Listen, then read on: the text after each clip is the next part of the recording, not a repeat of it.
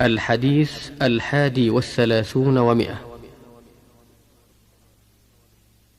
وعنه رضي الله عنه أن رسول الله صلى الله عليه وسلم قال: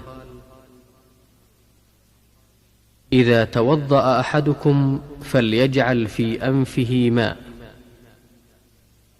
ثم لينثر، ومن استجمر فليوتر، وإذا استيقظ أحدكم من نومه فليغسل يده قبل أن يدخلها في وضوئه، فإن أحدكم لا يدري أين باتت يده. الحديث 32 عن عبد الله بن عمر رضي الله عنهما، وقد قيل له: رأيتك لا تمس من الأركان إلا اليمانيين، ورأيتك تلبس النعال السبتية، ورأيتك تصبغ بالصفرة، ورأيتك إذا كنت بمكة أهل الناس إذا رأوا الهلال، ولم تهل أنت حتى كان يوم التروية. فقال: أما الأركان فإني لم أر رسول الله صلى الله عليه وسلم يمس إلا اليمانيين، وأما النعال السبتية فإني رأيت رسول الله صلى الله عليه وسلم يلبس النعال التي ليس فيها شعر ويتوضأ فيها، فأنا أحب أن ألبسها. وأما الصفرة فإني رأيت رسول الله صلى الله عليه وسلم يصبغ بها، فأنا أحب أن أصبغ بها. وأما الإهلال فإني لم أر رسول الله صلى الله عليه وسلم يهل حتى تنبعث به راحلته. الحديث 33 عن عائشة رضي الله عنها قالت: كان النبي صلى الله عليه وسلم يعجبه التيمن في تنعله وترجله وطهوره وفي شأنه كله. الحديث 34 عن أنس بن مالك رضي الله عنه قال: رأيت النبي صلى الله عليه وسلم وحانت صلاة العصر، فالتمس الناس الوضوء فلم يجدوا، فأتي رسول الله صلى الله عليه وسلم بوضوء، فوضع يده في ذلك الإناء وأمر الناس أن يتوضأوا منه. قال: فرأيت الماء ينبع من تحت أصابعه حتى توضأوا من عند آخرهم. الحديث 35 وعنه رضي الله عنه أن رسول الله صلى الله عليه وسلم لما حلق رأسه كان أبو طلحة أول من أخذ من شعره. الحديث 36 عن أبي هريرة رضي الله عنه أن رسول الله صلى الله عليه وسلم قال: إذا شرب الكلب في إناء أحدكم فليغسله 7. الحديث 37 عن عبد الله بن عمر رضي الله عنهما قال: كانت الكلاب تقبل وتدبر في المسجد في زمان رسول الله صلى الله عليه وسلم، فلم يكونوا يرشون شيئا من ذلك. الحديث 38 و100 عن أبي هريرة رضي الله عنه قال: قال رسول الله صلى الله عليه وسلم: لا يزال العبد في صلاة ما دام في المسجد ينتظر الصلاة ما لم يحدث. الحديث 39 و100. عن زيد بن خالد رضي الله عنه قال: سألت عثمان بن عفان رضي الله عنه قلت: أرأيت إذا جامع فلم يمن؟ قال عثمان: يتوضأ كما يتوضأ للصلاة ويغسل ذكره.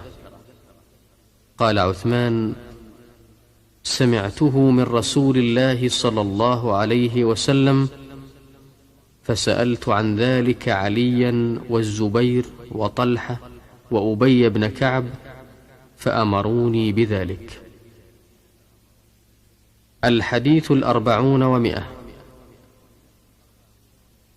عن أبي سعيد الخدري رضي الله عنه أن رسول الله صلى الله عليه وسلم أرسل إلى رجل من الأنصار فجاء ورأسه يقطر، فقال رسول الله صلى الله عليه وسلم: لعلنا أعجلناك.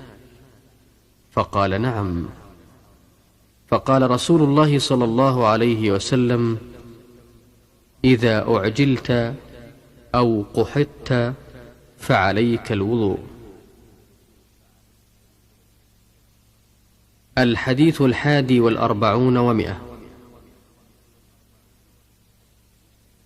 عن المغيرة بن شعبة رضي الله عنه أنه كان مع رسول الله صلى الله عليه وسلم في سفر، وأنه صلى الله عليه وسلم ذهب لحاجة له، وأن مغيرة جعل يصب الماء عليه وهو يتوضأ، فغسل وجهه ويديه ومسح برأسه ومسح على الخفين.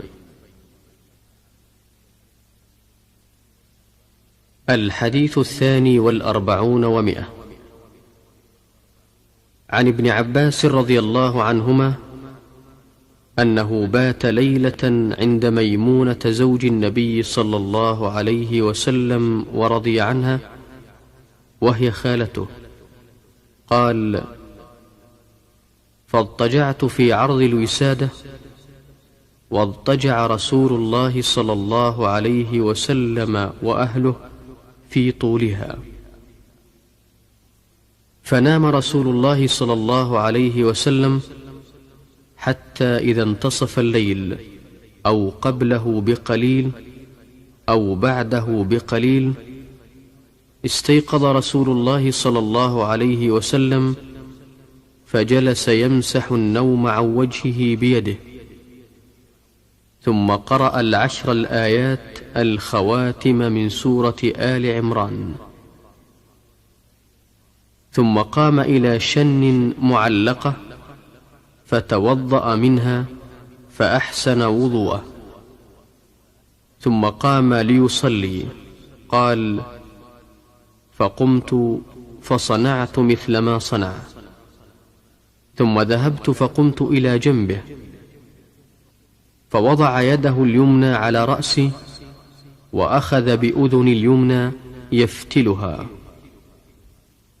فصلى ركعتين ثم ركعتين ثم ركعتين ثم ركعتين ثم ركعتين ثم ركعتين، ثم أوتر، ثم اضطجع حتى أتاه المؤذن فصلى ركعتين خفيفتين، ثم خرج فصلى الصبح. وقد تقدم هذا الحديث، وفي كل منهما ما ليس في الآخر. الحديث 43 و100.